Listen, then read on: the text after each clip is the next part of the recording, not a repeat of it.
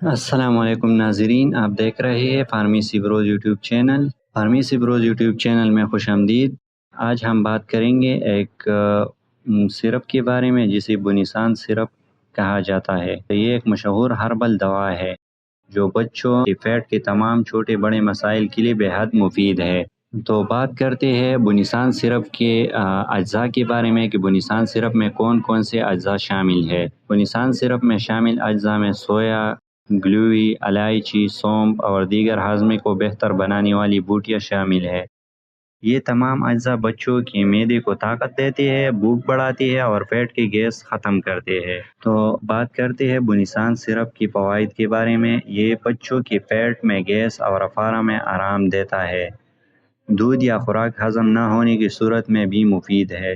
جن بچوں کو دودھ ہضم نہیں ہوتا یا جن بچوں کو خوراک ہضم نہیں ہوتا تو ان کے لیے یہ سرپ مفید ہے۔ نیند نہ آنے یا بار بار رونے والے بچوں کے لیے بھی سکون بخش ہے۔ متلی قے اور پتلی پاخانے میں بھی معاون ہے۔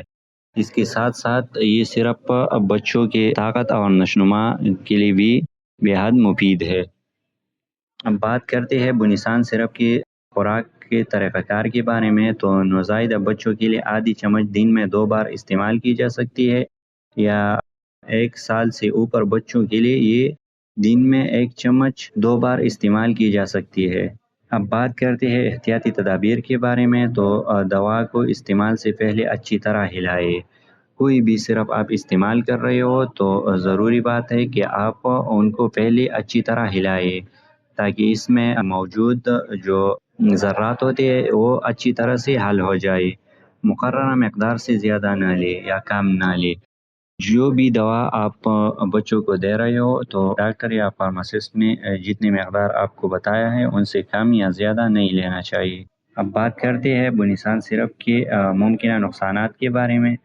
یہ دوا عام طور پر نقصان دہ نہیں ہوتا کیونکہ یہ قدرتی دوا ہے، لیکن اگر کسی بچے کو کسی جڑی بوٹی سے الرجی ہو تو ان کو خارش بھی ہو سکتی ہے، قے ہو سکتی ہے یا پیٹ میں درد کی شکایت ہو سکتی ہے۔ اگر ایسی کوئی بھی علامت ظاہر ہو جائے تو دوا کو فوراً بند کرنا چاہیے اور اپنے ڈاکٹر سے مشورہ کرنا چاہیے۔